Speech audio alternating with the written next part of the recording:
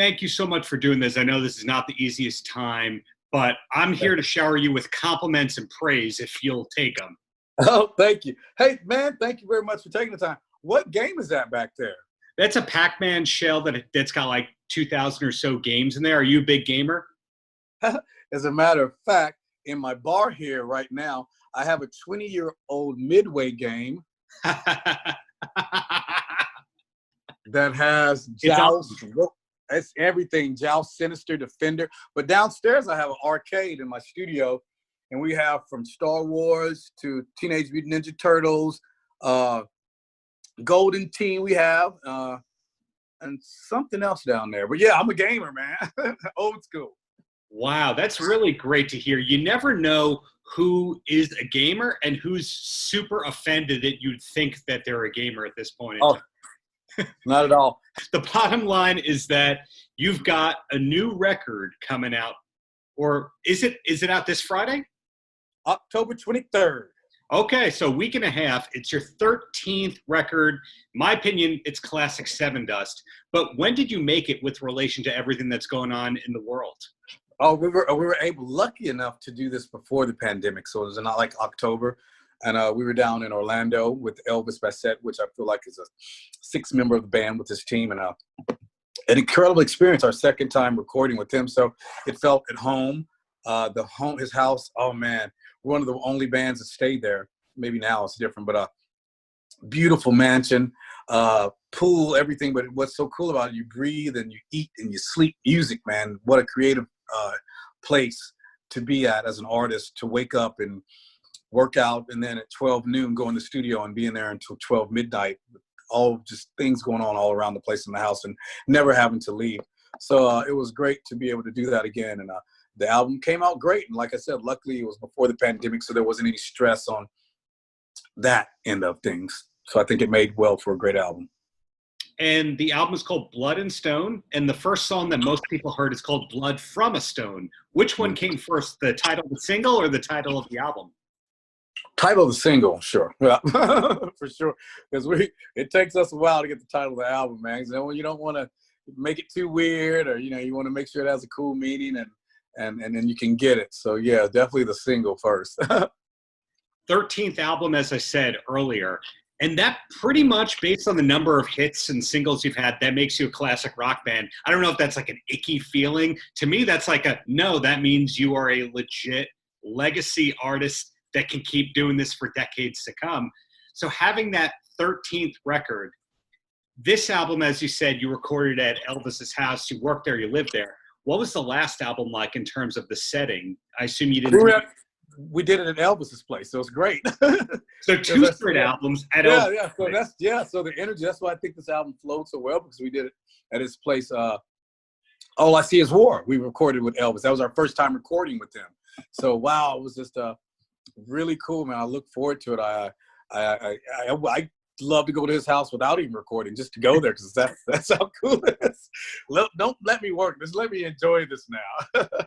Does he make all of those records in Orlando? Because I know he was Slash and Alter Bridge's guy for. No, he goes different places, But I don't know for sure that Slash has been there, and Miles Kennedy has been there, which he just did an album there recently. So yeah, he goes places, and then people come to his place too. So you're very lucky if you get to go to his place, though. I can imagine. I hope to get there, and I imagine he's got a great arcade if you like being there.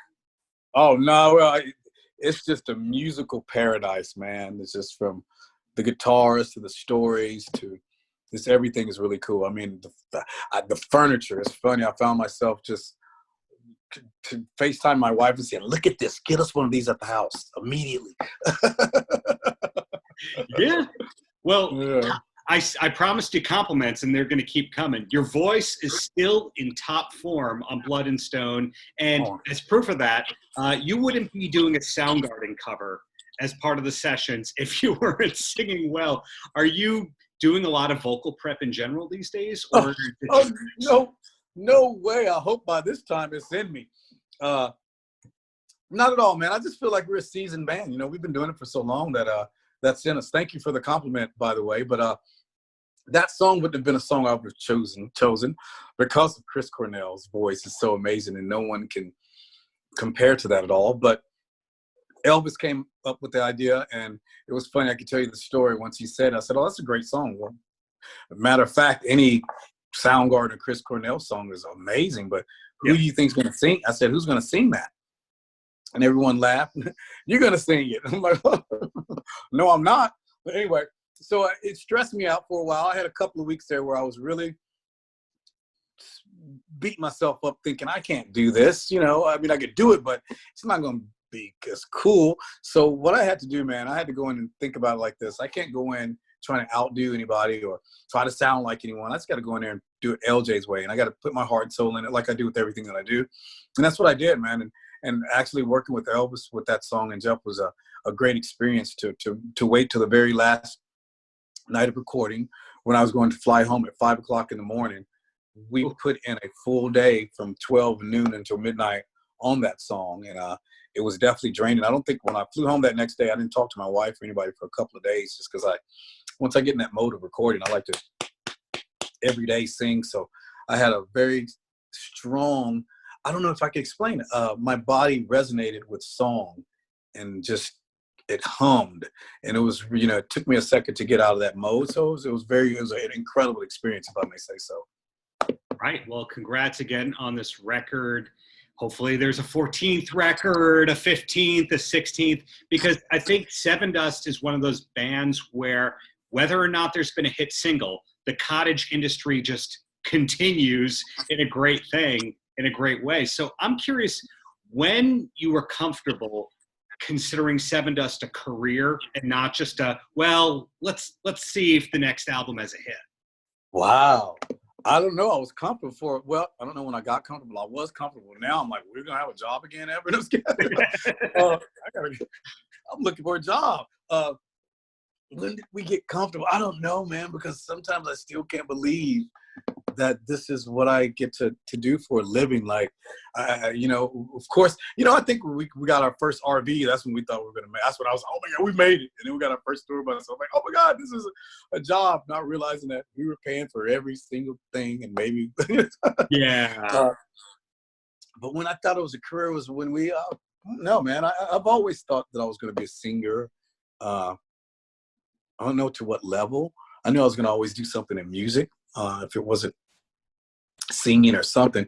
But I feel like maybe when we got our record deal, when we signed to TBT Records, I was like, wow, we've been noticed. We're signing a record deal and getting ready to tour the world. I felt like that was going to be my career, but I didn't think it would be 20-something years later, you know. So we've been very blessed to do that.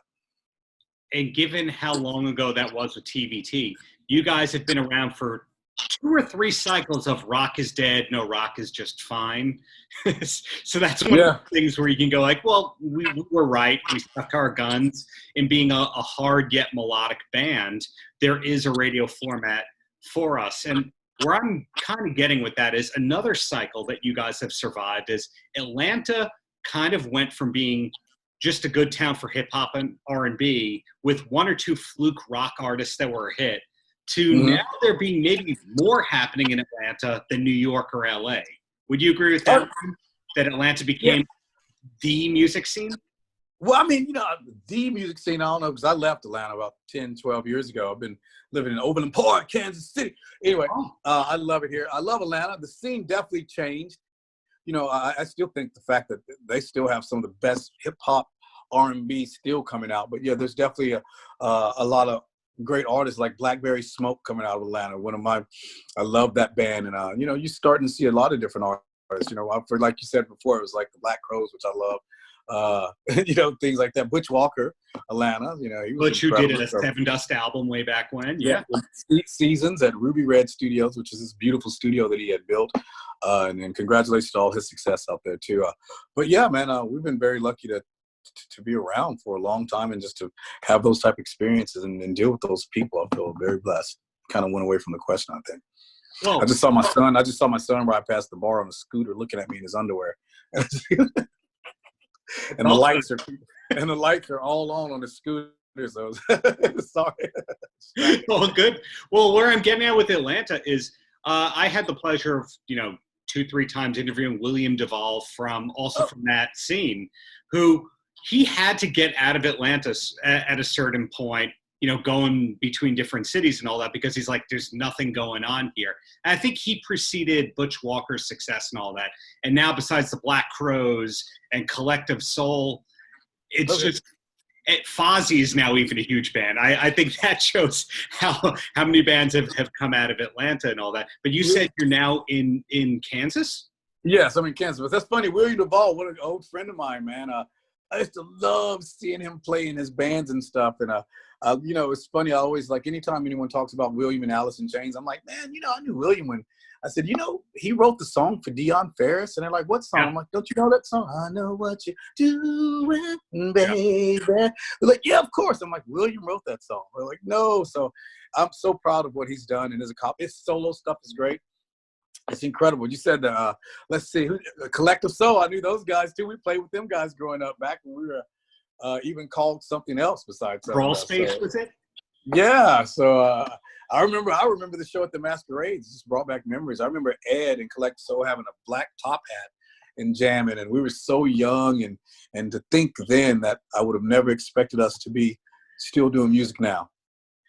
Yeah, so that's why I'm saying it's absolutely a scene. It's not just artists on Arista Records from the late 90s. It's quite the scene. And what brought you out there to Kansas?